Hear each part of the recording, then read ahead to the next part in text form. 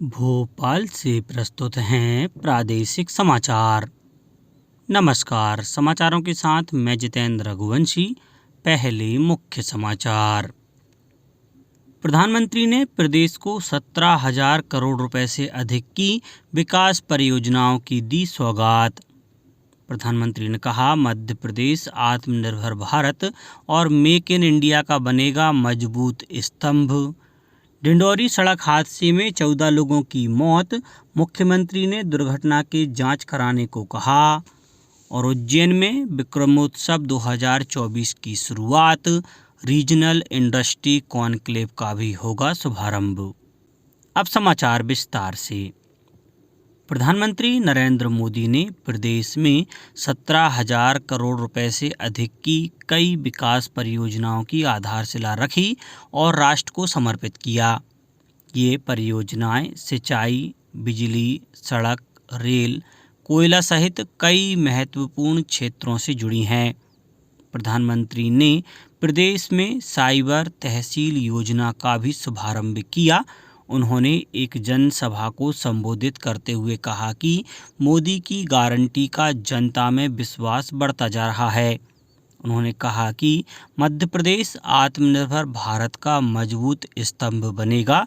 प्रधानमंत्री ने प्रदेश में 5,500 करोड़ रुपए से अधिक की सिंचाई परियोजनाओं की आधारशिला रखी। इनमें ऊपरी नर्मदा परियोजना, राघवपुर बहुउद्देशीय परियोजना और बसानिया बहुउद्देशीय परियोजना शामिल है। श्री मोदी ने 2,200 करोड़ रुपए से अधिक की रेलवे की 3 परियोजनाओं का लोकार्पण किया।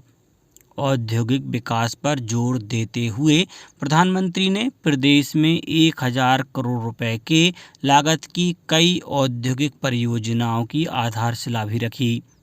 भोपाल के लाल परेड मैदान पर आयोजित कार्यक्रम में राज्यपाल मंगूभाई पटेल, मुख्यमंत्री डॉक्टर मोहन यादव, उप मुख्यमंत्री राजेंद्र शुक्ल के साथ कई अन्य मंत्री सहित जनप्रतिनिधि और अधिकारियों ने प्रधानमंत्री के इस संबोधन को सुना। राज्य स्तरीय इस कार्यक्रम का प्रदेश के 550 प्रमुख स्थानों पर सीधा प्रसारण भी किया गया। डिंडौरी जिले के बिछिया के पास हुई सड़क दुर्घटना में 14 लोगों की मौत व 20 लोग घायल हो गए। घायलों को शाहपुरा सामुदायिक स्वास्थ्य केंद्र पर इलाज चल रहा है। दुर्घटना पर राष्ट्रपति, उपराष्ट्रपति और प्रधानमंत्री ने दुख व्यक्त किया है। मुख्यमंत्री डॉक्टर मोहन यादव ने मृतकों के परिजनों को 4-4 लाख रुपए की आर्थिक सहायता देने की घोषणा की। घायलों को 1-1 लाख रुपए की आर्थिक सहायता प्रदान की जाएगी। मुख्यमंत्री ने कहा कि घटना की उच्च स्तरीय जांच कर समुचित कार्यवाही की जाएगी। प्रधानमंत्री राष्ट्रीय राहत कोष से मृतकों के परिजनों को 2 लाख और घायलों को 50,000 रुपए दिए जाएंगे। केंद्रीय मंत्रिमंडल ने 1 करोड़ घरों में छत पर सौर ऊर्जा स्थापित करने के लिए पीएम सूर्य घर मुफ्त बिजली योजना को स्वीकृति दे दी है। इस पर 75,021 करोड़ रुपए व्यय होंगे। प्रधानमंत्री नरेंद्र मोदी ने 13 फरवरी को इस योजना की शुरुआत की थी। सूचना और प्रसारण मंत्री अनुराग सिंह ठाकुर ने बताया कि योजना से 1 करोड़ घरों को 300 यूनिट मुफ्त बिजली मिलेगी। इससे उपभोक्ता 15,000 रुपए की आय अर्जित कर सकेंगे। सरकार ने फास्फेटिक और पोटास उर्वरकों पर खरीफ मौसम के लिए पोषक तत्व आधारित सब्सिडी दरों को भी मंजूरी दे दी है। प्रदेश में प्रधानमंत्री श्री नरेंद्र मोदी के वेस्ट टू वेल्थ के सपने को साकार करने की दिशा में नगरीय विकास एवं आवास विभाग द्वारा ठोस प्रयास किए जा रहे हैं। इन प्रयासों से नागरिकों को स्वच्छ ऊर्जा प्रदान की जा रही है। इससे शहरी क्षेत्रों में पर्यावरण संरक्षण के क्षेत्र में विशेष प्रयास किए जा रहे हैं। भोपाल के आदमपुर क्षेत्र में 400 मीट्रिक टन प्रतिदिन क्षमता की बायो सीएनजी इकाई निर्माणाधीन है, जिसमें 120 करोड़ रुपए का निवेश किया जा रहा है। इसके लिए एनवायरो प्राइवेट लिमिटेड संस्था से पीपीपी मॉडल पर अनुबंध किया गया है। इस अनुबंध के तहत जल्द ही इकाई का संचालन प्रारंभ किए जाने के प्रयास किए जा रहे हैं। प्रदेश में शहरी स्थानीय निकायों में निकलने वाले गीले कचरे का प्रबंधन बेहतर तरीके से किया जा रहा है। मध्य प्रदेश देश के अन्य राज्यों में इस मामले में आदर्श बनकर उभर रहा है। इसके लिए शहरी गीले कचरे से बायोगैस और सीएनजी बनाने की बहुउद्देशीय इकाइयों की स्थापना का नीतिगत निर्णय लिया गया है। इस दिशा में इंदौर में बेहतर काम हुआ है। उज्जैन में विक्रम उत्सव 2024 की शुरुआत हो गई है। इसमें विभिन्न सांस्कृतिक कार्यक्रमों का आयोजन 9 अप्रैल तक होंगे। इसके साथ ही रीजनल इंडस्ट्री कॉन्क्लेव और उज्जैनी विक्रम व्यापार मेला 2024 का भी शुभारंभ होगा। इस अवसर पर मुख्यमंत्री डॉक्टर मोहन यादव और उनके मंत्रिमंडल के कई सदस्य उपस्थित रहेंगे। देश में तेंदुओं की सर्वाधिक संख्या 3,907 मध्य प्रदेश में है। वर्ष 2018 में 3,421 थी।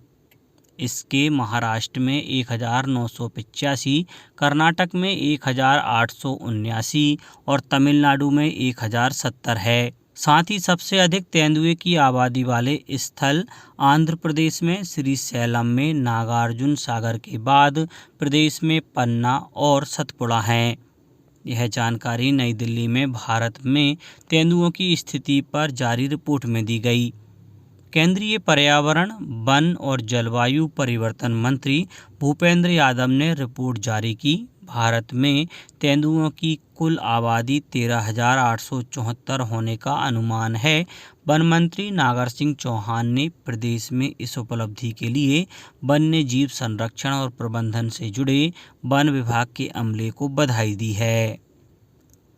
नर्मदापुरम जिले के पचमढ़ी में महाशिवरात्रि के अवसर पर लगने वाला 10 दिवसीय महादेव मेला शुरू हो गया। पचमढ़ी का प्रसिद्ध महादेव मेला 9 मार्च तक चलेगा। हर साल की तरह इस बार भी मेले में मध्य प्रदेश और महाराष्ट्र के करीब 5 लाख से अधिक श्रद्धालुओं के पहुंचने की संभावना है। अब कुछ समाचार संक्षेप में। उज्जैन में ज्योतिर्लिंग भगवान महाकालेश्वर के मंदिर में 9 दिवसीय शिव नवरात्रि का पर्व प्रारंभ हो गया। इस दौरान भगवान महाकालेश्वर और श्री कोटेश्वर महादेव भगवान का नित्य विशेष अभिषेक और पूजन किया जाएगा। यह क्रम 8 मार्च शिवरात्रि तक चलेगा। पश्चिम बंगाल के संदेश खाली में तृणमूल कांग्रेस के नेता शेख शाहजहां और उसके गुर्गों द्वारा किए गए अमानवीय कृत्यों के विरोध में 16 जिलों में जिला मुख्यालयों पर अपराधियों पर कठोर कार्रवाई की मांग को लेकर महिलाओं द्वारा राष्ट्रपति के नाम ज्ञापन सौंपा। सतना के महात्मा गांधी चित्रकूट ग्रामोदय विश्वविद्यालय का दीक्षांत समारोह संपन्न हुआ। 68 शोधकर्ताओं को पीएचडी उपाधि और 832 स्नातक परास्नातक छात्र छात्राओं को डिग्री प्रदान की गई। और शहडोल जिले में राष्ट्रीय बाल स्वास्थ्य कार्यक्रम के तहत जिला अस्पताल के शीघ्र हस्तक्षेप केंद्र में 18 साल तक कटे होंठ फटे तालू रोग से ग्रसित बच्चों का स्वास्थ्य परीक्षण हुआ। 8 बच्चों को ऑपरेशन के लिए जबलपुर भेजा गया है। अंत में मुख्य समाचार एक बार फिर। प्रधानमंत्री ने प्रदेश को 17,000 करोड़ रुपए से अधिक की विकास परियोजनाओं की दी सौगात। प्रधानमंत्री ने कहा, मध्य प्रदेश आत्मनिर्भर भारत और मेक इन इंडिया का बनेगा मजबूत स्तंभ। डिंडौरी सड़क हादसे में 14 लोगों की मौत, मुख्यमंत्री ने दुर्घटना की जांच कराने को कहा। और उज्जैन में विक्रमोत्सव 2024 की शुरुआत, रीजनल इंडस्ट्री कॉन्क्लेव का भी होगा शुभारंभ। आज के इस बुलेटिन में बस इतना ही। नमस्कार।